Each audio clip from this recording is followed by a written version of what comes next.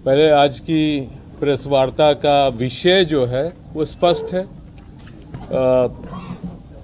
प्रश्न लीक एक संगठित अपराध बनकर उभर के आया है और इससे हमारे छात्र, उनके अभिभावक, उनके पेरेंट्स के मन में काफ़ी भ्रम रहती है। हम आश्वासन देने आए हैं कि बिहार सरकार इस समस्या को देखने के लिए और समझने के लिए और पहल करने के लिए सक्षम है और यह कार्य वर्तमान में ईओयू कर रहा है। ईओयू हमारा काफ़ी मजबूत इकाई है और प्रश्न लीक के मामलों में 2012 से अभी तक 10 कांड का अनुसंधान किया है, जिसमें कुल 545 अभियुक्त गिरफ्तार किए गए हैं 10 मात्र कांड में, और 249 अभियुक्तों पर आरोप पत्र भी दिया गया है। गौरतलब है कि एक मॉडल एक्ट सरकार ने नोटिफाई किया था। उस मॉडल एक्ट के तहत बिहार लोक परीक्षा अनुसूचित साधारण निवारण अधिनियम 2024 बिहार में लागू है और सीएचओ एग्जाम जो अभी हुई थी, जिसमें कंप्यूटर सर्वर सब कॉम्प्रोमाइज हुआ था, उस एग्जाम के अभियुक्तों पर यह धारा लागू किया जाता। यह धारा काफ़ी मजबूत है। इसके संबंध में डीआईजी साहब हमारे विस्तृत प्रतिवेदन देंगे और क्या पहल की जा रही है ये हम अवगत करने चाह रहे हैं कि ईओयू को और सुदृढ़ किया जा रहा है। ईओयू अब सभी डिपार्टमेंट्स जो परीक्षा लेती है बिहार सरकार के तरफ से, उनको कंसल्टेंसी सर्विसेज भी प्रोवाइड कर रही है, क्योंकि अब कंप्यूटर बेस्ड एग्जाम्स होने लगे हैं। वो भी कॉम्प्रोमाइज हुआ है। उसमें क्या लैकुना है, क्या खामी है, वो भी हम कोशिश कर रहे हैं कि वहां तक पहुंच जाएं, ताकि जो भी संस्था चलाता है, प्राइवेट संस्था, उनका भी हम लोग पहले से जांच करेंगे, कंप्यूटर्स भी, उनके एग्जामिनेशन सेंटर्स भी, ताकि दोबारा ये ऐसा हो नहीं पाए। जहां की कानूनी कार्रवाई के संबंध में है, डाटा बैंक बनाया जा रहा है। पिछले 10-12 साल में बिहार राज्य में, पड़ोस राज्यों में जो भी संगठित ऐसे गिरोह हैं, उनकी पूरी हुलिया ली जा रही है। फिर से मैं बताना चाहता हूं कि 2005 से पीएमएलए एक्ट लागू है। तो ये संगठित अपराधी अगर बिहार में कार्य करेंगे और उनके पास अकूत धन क्राइम के मार्फत जमा हुआ है, तो पीएमएलए के तहत भी हम लोग ईडी के मार्फत इनकी कमाई को जब्त करने के प्रयास करेंगे। जहां की आउटरीच की सवाल है, ईओयू के पास डेडिकेटेड, आप लोग को सब मालूम है कि व्हाट्सएप नंबर भी है, ईमेल आईडी भी है। जो भी सूचना मिलती है अगर किसी भी नागरिक को कि एग्जाम कॉम्प्रोमाइज हो सकती है, चाहे रूमर मॉन्गरिंग भी होती है, तो जरूर भेजते रहें। एक एसपी के अंतर्गत एक स्पेशल सेल है, साथ में हम लोग cyber patrolling, social media monitoring भी करते हैं, जिसमें इस तरह की भ्रामक समाचारों का तथ्य के अंदर क्या है, क्या ये सत्य है कि नहीं है, ये सब हम देखते हैं। पिछला जो एग्जाम हुआ है उसमें अभी तक कोई ऐसा साक्ष्य ईओयू के सामने नहीं आया है कि कोई लीकेज हुई है, और जो हुड़दंग उदंग 1-2 सेंटर में हुआ है उसके लिए जिला प्रशासन, जिला पुलिस काफी सक्षम है वैसे छात्रों पर कार्रवाई करने के लिए। आपके मार्फत से हम सभी छात्रों को आश्वासन देने चाहते हैं कि जो पूर्व में घटनाएं घटी हैं उसके रोकथाम के लिए ईओयू और बिहार पुलिस एकदम सजग है। साथ ही साथ बिहार सरकार का पूरा सहयोग है और सब डिपार्टमेंट्स का भी सहयोग है कि आगे ऐसे कोई घटना नहीं घटे जिससे कि राज्य की छवि बिगड़ती है। आगे का जो डिटेल्ड ब्यौरा देंगे मानवजीत ढिल्लों साहब। ये डीआईजी यूयू हैं, काफ़ी एक्सपीरियंस्ड हैं, इनकी तजुर्बा इतनी हो गई है और कि अब केंद्र सरकार के भी संस्थाओं इनसे राय लेते हैं इस विषय में पेपर लीक के मार्फत। धन्यवाद। मानव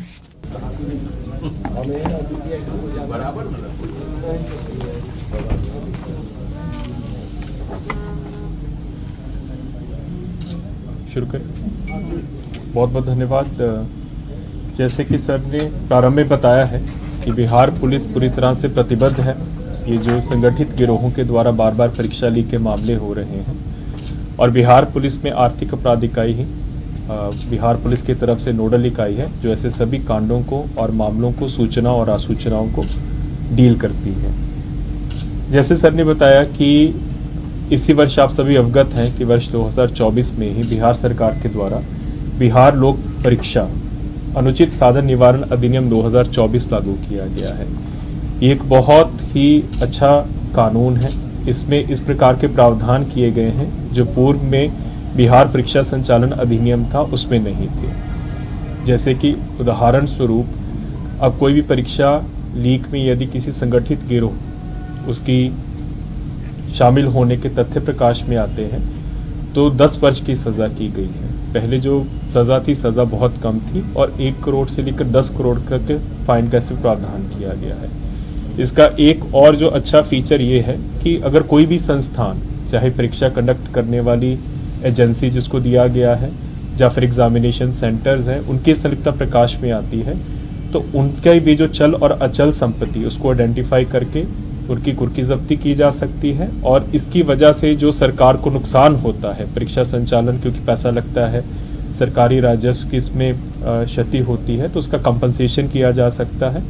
तो इसी मामले में जो भी आप जानते हैं कि जो CHO का कम्युनिटी हेल्थ ऑफिसर्स का जो परीक्षा लीक हुआ है पहली बारी बिहार राज्य में इस अधिनियम के तहत इस कांड को दर्ज किया गया है और इस पे जितने भी 12 के 12 ऑनलाइन एग्जामिनेशन सेंटर्स हैं उनके हम लोग स्वामित्व का हम लोग ब्यौरा ले रहे हैं मिनिस्ट्री ऑफ कॉरपोरेट अफेयर्स से और GST की रजिस्ट्रेशन अथॉरिटी से क्योंकि ऑनलाइन एग्जामिनेशन सेंटर्स वहीं से पंजीकृत होते हैं। और कुछ जैसे आप जानते हैं कि उसमें से 3 जो स्वामी थे एग्जामिनेशन सेंटर्स के उनको हम लोग जेल भेज चुके हैं और जैसे ही चार्जशीट होगा और बाकी लोगों की संलिप्तता प्रकाश में आएगी तो उनकी चल और अचल संपत्ति की जो कुर्की और जब्ती की कार्रवाई हम लोग करेंगे और ये पहली बार ही होगा। इससे पहले जैसे ADG हेडक्वार्टर सर ने बताया कि अभी तक जब से आर्थिक अपराध इकाई का गठन हुआ है लगभग 10 परीक्षा लीक के मामले हम लोगों ने इनका अनुसंधान किया है। जो हाल फिलहाल 2022 से बड़े बड़े परीक्षा लीक के मामले हुए BPSC का PT परीक्षा का हुआ था, उसके बाद फिर केंद्रीय चयन सिपाही भर्ती परिषद का परीक्षा लीक हुआ, BPSC TRE teacher recruitment examination का हुआ, नीट का भी प्रारंभिक इन्वेस्टिगेशन आर्थिक अपराध इकाई के द्वारा किया गया और अब CHO का जो ऑनलाइन परीक्षा लीक मामला हुआ है। इन सभी मामलों में समेकित रूप से कार्रवाई करते हुए हम लोगों ने एक बहुत ही व्यापक डेटाबेस बनाया है। इस डेटाबेस में लगभग 170 लोगों का अभी हम लोगों के पास प्रोफाइलिंग हुआ है और इसमें बिहार राज्य के अतिरिक्त हम लोगों का लगातार संपर्क रहा है उत्तर प्रदेश के साथ, झारखंड के साथ, हरियाणा के साथ और जब नीट का पेपर लीक हुआ था तो गुजरात और महाराष्ट्र से भी वहाँ से टीम्स आई थी। तो हम लोगों के पास एक समेकित डेटाबेस बना है ऐसे गिरोहों का जो कि बिहार राज्य में भी कार्यरत हैं और अन्यत्र भी कार्यरत हैं और इस लोग आपस में परस्पर सहयोग भी करते हैं। उनका प्रोफाइलिंग करके हर बारी जब भी कोई भी परीक्षा होती है तो हम लोग इसके संबंध में अलर्ट्स भी जारी करते हैं। इसके अलावा जो साइबर पेट्रोलिंग है, क्योंकि आप सभी जानते हैं कि ज़्यादातर जो अभ्यर्थी हैं, जो स्टूडेंट्स हैं, उनसे पैसा लेने के लिए, उनको इन ग्रुप्स के साथ जोड़ने के लिए ज़्यादातर साइबर स्पेस का इस्तेमाल होता है। तो हम लोगों का एक 24/7 घंटे कार्यरत है समर्पित इकाई है जो कि सोशल मीडिया पेट्रोलिंग के अतिरिक्त ऐसे मामलों की साइबर पेट्रोलिंग भी करता है और सूचनाओं और आसूचनाओं का संकलन करता है। उसके बाद ये जो गिरोह हैं, इनके जो प्रमुख सरगना हैं, इनको आर्थिक रूप से चोट पहुंचाने के लिए भी हम लोगों ने कार्रवाई किया है। अभी जैसे आप अवगत होंगे, जो संजीव मुखिया है, जो कि प्रमुख सरगना रहा है नीट में भी और CSPC में भी और BPSC में भी, उसके ऊपर DA का केस किया गया है। और उसी DA की केस की वजह से जो लगभग 6 महीने से उसके ऊपर नो कोर्सिव स्टेप लगा हुआ था, दंडात्मक कार्रवाई पर रोक लगी हुई थी। हम लोगों ने सारा एविडेंस प्रस्तुत किया कोर्ट में, और अब वो कार्रवाई, जो दंडात्मक कार्रवाई पर रोक लगी हुई थी, उसको ख़त्म किया गया है। और वारंट और कुर्की की कार्रवाई के लिए हम लोगों ने प्रार्थना की है कोर्ट से। इसके अलावा रंजीत कुमार रजक, जो पहले परीक्षा के मामलों में संलिप्त रहे हैं और वो भी एक सरगना रहे हैं इस प्रकार के लीक के मामलों में, उनके ऊपर भी DA का केस काफ़ी आगे तक बढ़ गया है और थोड़ी देर में हम लोग उसको भी प्रोसिक्यूशन सैंक्शन प्राप्त करके चार्जशीट करेंगे। इस तरह के अन्य, पहले तो इसको हम लोगों ने 2 कैटेगरीज में बांटा है, लोक सेवक और गैर लोक सेवक। लोक सेवकों की कैटेगरी में जो सरकारी कर्मी शामिल हैं, उनके ऊपर PC एक्ट का केस करेंगे। और फिर एक प्लेटफॉर्म होता है रीजनल इकोनॉमिक इंटेलिजेंस काउंसिल, इसमें जो आयकर विभाग होता है, अग्रणी विभाग है, तो जितने भी भ्रष्टाचार निवारण अधिनियम के डिस्प्रोपोर्शनेट एसेट्स के केस होते हैं, उनके माध्यम से उनको सूचना साझा किया जाता है और वहीं से सूचना प्रवर्तन निर्देशालय ED को भी जाती है।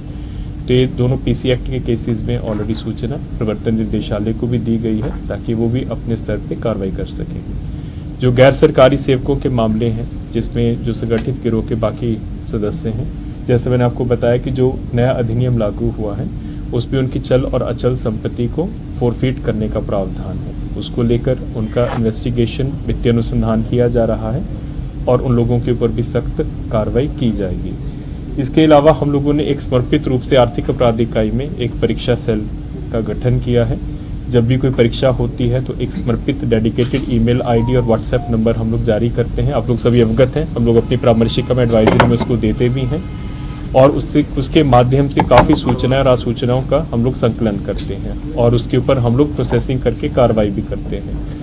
जैसे सर ने बताया कि अब हम लोग आउटरीच का भी काम कर रहे हैं। जो BPSC का परीक्षा लीक हुआ, TRE का, और CSPC का परीक्षा लीक हुआ, और इवन जब नीट परीक्षा को लेकर हाई पावर्ड कमेटी बना था, तो उसमें तीनों जगह पे आर्थिक अपराध इकाई के द्वारा परामर्शिका मांगी गई थी। वहाँ पे जाके हम लोगों ने बैठकें भी की और कुछ सुधारात्मक सुझाव भी दिए थे, जिसके कारण BPSC और CSPC का सफलतापूर्वक दोबारा परीक्षा लिया गया है, जिसमें किसी प्रकार का कोई आरोप लीक को लेकर नहीं आया है।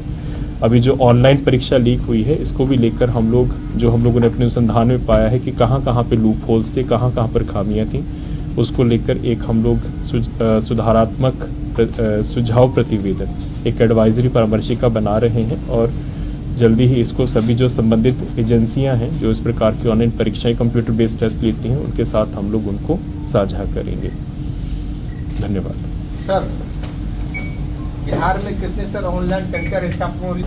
नहीं, ये प्रोसेस अब हम लोग कर रहे हैं। 2 जगह से जो ऑनलाइन परीक्षा केंद्र हैं, 2 जगह से ये पंजीकृत होते हैं। कुछ परीक्षा केंद्र एज कंपनीज पंजीकृत होते हैं मिनिस्ट्री ऑफ कॉर्पोरेट अफेयर्स से। तो हम लोगों ने जो रजिस्ट्रार ऑफ कंपनीज हैं, उसके कार्यालय को हम लोगों ने पत्र लिखा है। 3 कंपनियों के अभी तक हम लोगों को डिटेल्स मिले हैं, लेकिन जो अधिकांश ऑनलाइन एग्जामिनेशन सेंटर्स हैं, इसी क्रम में हमको पता चला कि उनको मात्र जो GST अथॉरिटीज़ हैं, वहीं से ही GST नंबर लेके पंजीकृत किया जाता है। तो हम लोगों ने स्टेट GST कार्यालय को और सेंट्रल GST कार्यालय को भी, क्योंकि दोनों जगह पे है, हम लोगों ने पत्र लिखा है कि कितने ऑनलाइन एग्जामिनेशन सेंटर्स, जिसको आधिकारिक रूप से कंप्यूटर बेस्ड टेस्ट सेंटर्स बोलते हैं, आपके पास रजिस्टर्ड है। उसकी सूची हम लोग मंगवा रहे हैं और संपूर्ण बिहार राज्य का एक हम लोग डेटाबेस तैयार करेंगे। उसको लेकर 10 कांड में कितने लोग चिन्हित किए गए हैं, कितनों की गिरफ्तारी हुई है? आपने बताया कि 10 कांड आइडेंटिफाई किए गए हैं, तो कितने लोगों को चिन्हित किया गया है, कितने लोगों की गिरफ्तारी हुई है? एक जो हम स्पष्ट करने चाहते हैं, पहले महोदय का एक प्रश्न था, CBT computer based test centre, अगर किसी ने शेल कंपनी बनाया है तो उसकी भी जांच की जाएगी। होता है कि किसी आदमी को खड़ा करके कोई सेंटर खोल लेता है, तो ये भागीदारी होंगे सेम सजा के, बिकॉज ये क्रिमिनल कॉन्स्पिरेसी के पार्ट होंगे। तो जितने टेस्ट सेंटर्स हैं, हमारा पहला काम है उनको वेट करना, हम करेंगे। जैसे सर ने बताया कि जो शेल कंपनी से आप सभी जानते हैं कि जो CSPC का केंद्रीय चयन परिषद सिपाही भर्ती का पेपर लीक हुआ था, उसमें एक शेल कंपनी का Caltex multi venture private limited थी। तो उसी तरह से हम लोगों ने पता लगाया था कि उसका इनिशियल पेड अप कैपिटल कहाँ है, डायरेक्टर्स कैसे हैं। तो उसी से ही हम लोगों ने उस कंपनी के 4 डायरेक्टर्स को जेल भी भेजा था। इसी प्रकार जैसे सर ने बताया, कंप्यूटर बेस्ड टेस्ट में एक बार हम लोगों के पास डेटाबेस आ जाएगा, तो उसके बाद जितने भी इनके DIN नंबर्स हैं, डायरेक्टर आइडेंटिफिकेशन नंबर्स होते हैं, और GST नंबर्स हैं, उसके माध्यम से हम लोग ये पता करने का प्रयास करेंगे कि वास्तव में इनके डायरेक्टर्स कौन हैं। अगर डायरेक्टर्स हैं तो क्या वो उनमें इनिशियल पेड अप कैपिटल किन लोगों का लगा हुआ है, क्योंकि ऐसी भी सूचनाएं रहती हैं कि बहुत से जो संगठित गिरोह के माफिया हैं उनका खुद का पैसा ऐसे परीक्षा केंद्रों में लगता है। तो उसी के ऊपर हम लोग कार्रवाई कर रहे हैं, उसी को लेकर एक समेकित डेटाबेस बना रहे हैं। टोटल जो अभी तक 2012 से जो आंकड़ा दिया गया था, 2012 से 10 परीक्षा लीक के मामले आर्थिक अपराध इकाई के द्वारा किए गए थे, जिसमें से 545 टोटल अभियुक्त थे, जिनमें से 250 के ऊपर हम लोग आरोप पत्र कर चुके हैं। जो ज्यादातर आपको मालूम होगा कि BPSC में हम लोगों ने अराउंड 280 लोग उसमें अभियुक्त थे। तो ये जो आंकड़ा है, अभी चार्जशीट जाने वाला है, अगले 2 हफ्तों में चार्जशीट जाएगा अभ्यर्थियों के ऊपर, तो चार्जशीट करने वालों का आंकड़ा लगभग 400 के ऊपर हो जाएगा। कब तक गिरफ्तार कर लिया जाएगा? आपने कहा कि नो कर्सिव हट गया, तो आप जी जैसे आप जानते हैं कि पहले काफी देर तक नो कर्सिव स्टेप लगा हुआ था। उसके बाद हम लोगों ने जो DA का केस किया था, DA के केस पे फिर हम लोगों ने सारे जो तथ्य थे प्रस्तुत किए, कोर्ट के सामने प्रस्तुत किए। तो नवंबर के लास्ट वीक में ही ये नो कर्सिव स्टेप हटा है, और अब हम लोग वारंट और उसका कुर्की का कार्रवाई कर रहे हैं। अब उसकी गिरफ्तारी पर कोई रोक नहीं है, और समानांतर रूप से हम लोगों ने एक समर्पित टीम भी बनाया है उसको गिरफ्तार करने। जो संपत्ति जब्ती वाली कार्रवाई जो है सर, वो कानून बनने के बाद जो कांड दर्ज किए जा रहे हैं उन पे लागू होगा, या जो पुराने मामले होंगे पेपर लीक के उन पे भी लागू होगा? नहीं, दोनों पे इसमें 2 अलग अलग प्रावधान है। सबसे पहले कि जो नया कानून जो बना है, नए कानून में जो अतिरिक्त व्यवस्था की गई है कि जो एजेंसियां हैं, जो जैसे कि जैसे इस वाले में देखिए एग्जाम सेंटर्स हैं, जो प्राइवेट संस्थान है, जो परीक्षा कंडक्ट करने वाली एजेंसियां हैं, जब भी कोई परीक्षा होती है, कंप्यूटर सप्लाई जितने भी जब भी परीक्षा होती है तो किसी न किसी एजेंसी को आउटसोर्स किया जाता है इस काम को। तो नए वाले कानून में ये प्रावधान है कि जब भी इन एजेंसियों की सलिप्तता भी प्रकाश में आती है, तो इनकी भी चल अचल संपत्ति उसका ब्यौरा देख के आप उनके ऊपर अधिहरण की कार्रवाई कर सकते हैं कोर्ट के माध्यम से। जैसे पहले वाले हैं उसमें क्योंकि संगठित गिरोह ही इन कामों में लगा रहता, तो PMLA के प्रावधान है, क्योंकि 2005 के बाद PMLA लागू है, तो जो PMLA के प्रावधानों के अनुरूप जो उसके दायरे में आते हैं वो हम लोग उसके ऊपर कार्रवाई कर सकते हैं चल अचल संपत्ति की। और एक और जो तीसरा मैंने आपको बताया कि जो सरकारी सेवक हैं, क्योंकि सरकारी सेवक के ऊपर भ्रष्टाचार निवारण अधिनियम का यदि DA का केस बनता है और हम लोग दर्ज करते हैं, तो ऑटोमेटिकली जितने भी भ्रष्टाचार निवारण अधिनियम के कांड होते हैं ये PMLA के नीचे एक शेड्यूल्ड ऑफेंस है। तो इसकी जो मैंने आपको प्लेटफॉर्म बताया, regional economic intelligence council platform, जो कि आयकर विभाग, इसमें अग्रणी विभाग है, वित्त विभाग, मिनिस्ट्री ऑफ फाइनेंस के नीचे ये प्लेटफॉर्म बना है। तो ऑटोमेटिकली जितने भी DA के केसेस होते हैं उसकी सूचना प्रवर्तन निर्देशालय को भी दी जाती है, तो वो भी इसके ऊपर कार्रवाई करते हैं। और यदि उनको भी अपने लायक कार्रवाई करने के लिए बनता है तो अपना ECR दर्ज करके वो भी काम करते हैं। तो हम लोगों ने इन केसेस की जो सूचना है उनके साथ ऑलरेडी साझा की हुई है।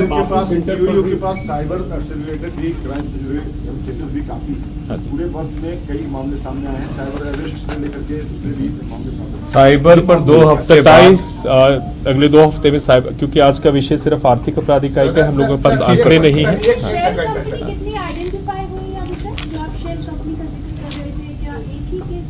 अभी तक तो जो हमारा जो सेंट्रल सिलेक्शन बोर्ड कांस्टेबल्स वाला एग्जाम लीक हुआ था, तो उसका जो Caltex private multi ventures private limited थी, वो एक शेल कंपनी थी, वो आइडेंटिफाई हुई। इनफैक्ट जब हम लोगों ने उस केस का अनुसंधान किया था तब हम लोगों को इस अपराध शैली का पता चला था कि बहुत सी कंपनीज जो पूर्व में ब्लैक लिस्टेड हैं बाकी जगह पे, जिनके ऊपर आरोप लगे हैं परीक्षा लीक के, तो वो इसी तरह से शेल कंपनीज बना के काम कर रही हैं। उसके बाद ही हम लोगों ने डेटाबेस बनाना तैयार किया है। और अभी हम लोग जैसे आपको बताया कि आजकल ज़्यादातर exam computer based test model में चले गए हैं, तो उसी का डेटाबेस हम लोग बना रहे हैं।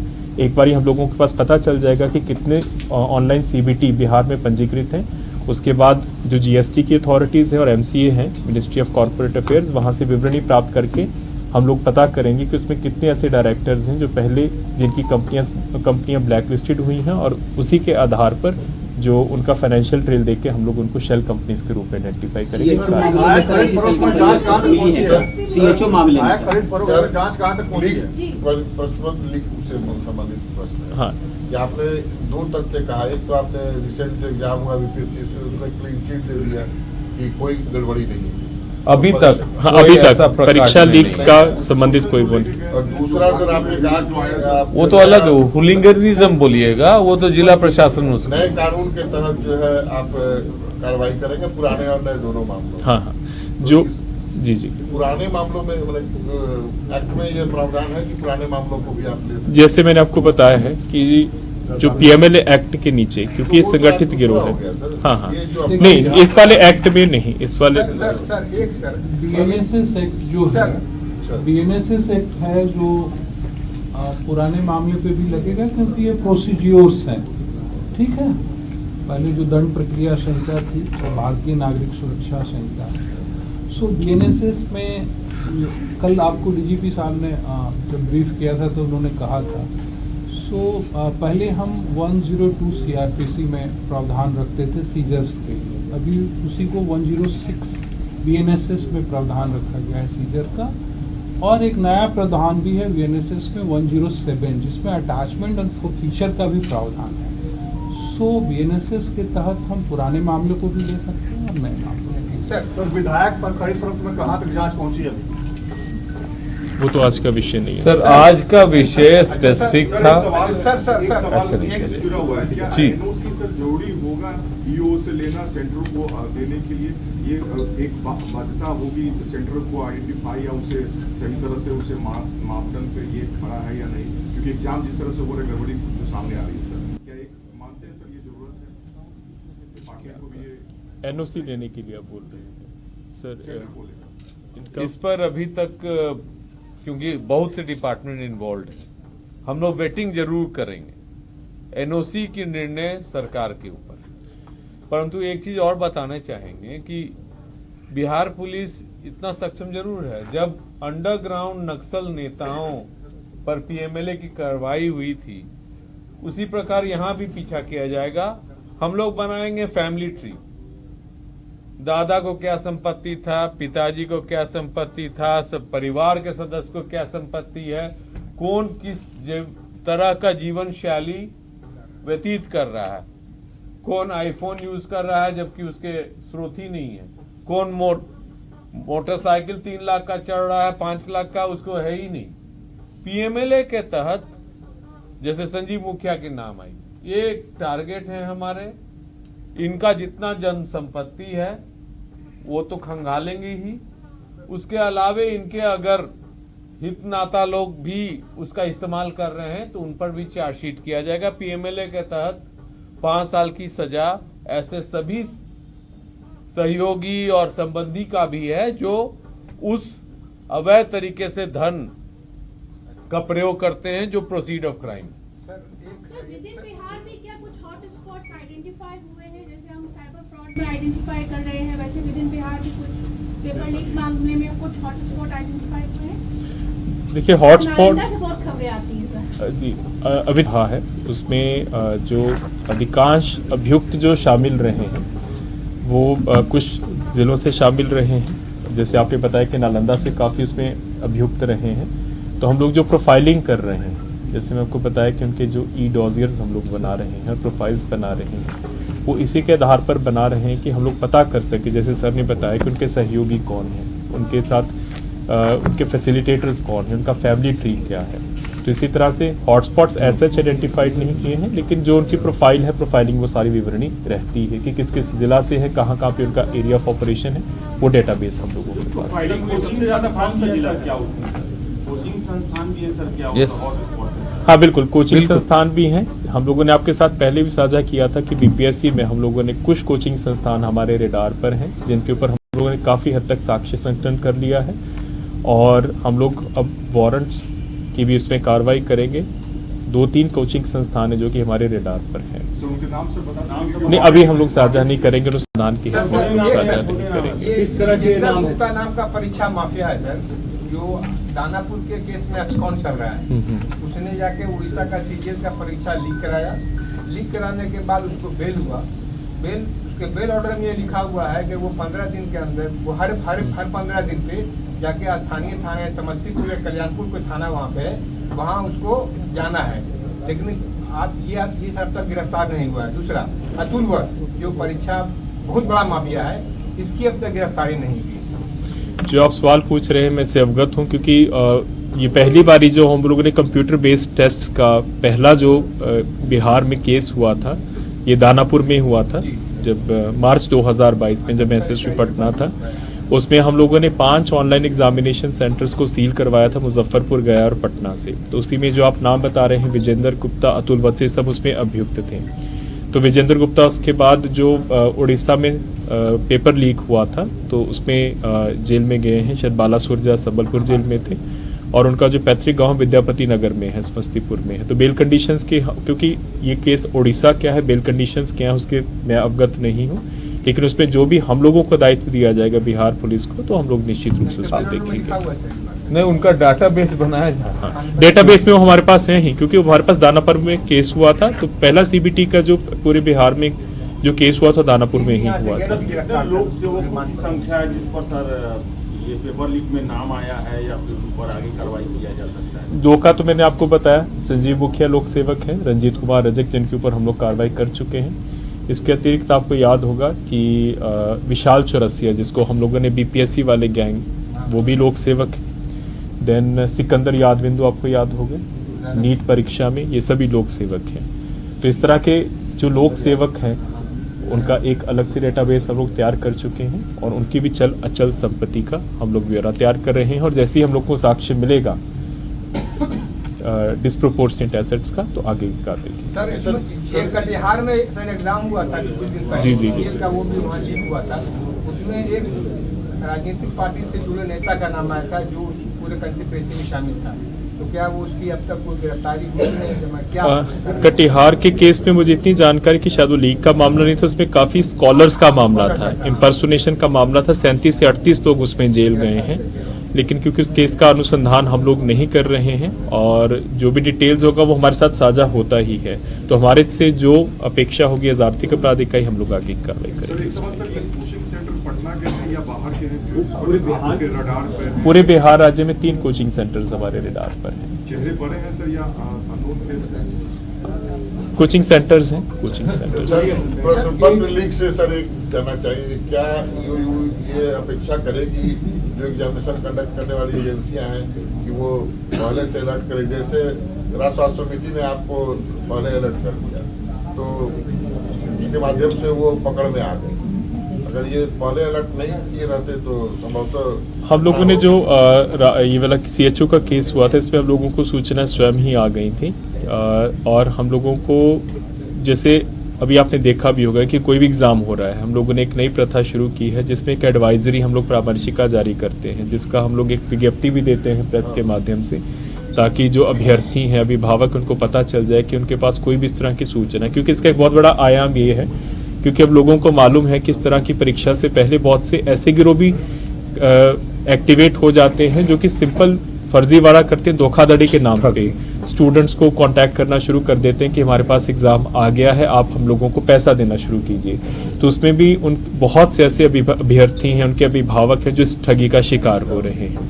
तो ये परामर्शिका हम लोग अमूमन 4 से 5 दिन पहले हम लोग करते हैं, और उसके बाद काफी सूचनाएं हम लोगों को आती भी हैं। तो ये हम लोगों ने एक मानक संचालन प्रक्रिया बना लिया है। स्थायी मार्गदर्शिका भी जारी कर सकते हैं, क्योंकि आपके पास फेल हो गया। हम लोग वो कर भी रहे हैं। आपको जैसे मैंने बताया कि जो आउटरीच हम लोग कर रहे हैं, जो एनटीए का था, नेशनल टेस्टिंग एजेंसी, उसमें एक जो हाई पावर्ड कमेटी बना था माननीय एक्स इसरो अध्यक्ष की अध्यक्षता में, उसमें भी ईओयू को बुलाया गया था। लगभग 2 घंटे हम लोगों का वहाँ पे हुआ। हम लोगों ने उनको जो भी सुझाव थे वो दिए भी, जो कि उनके द्वारा इनकॉर्पोरेट भी किए गए हैं।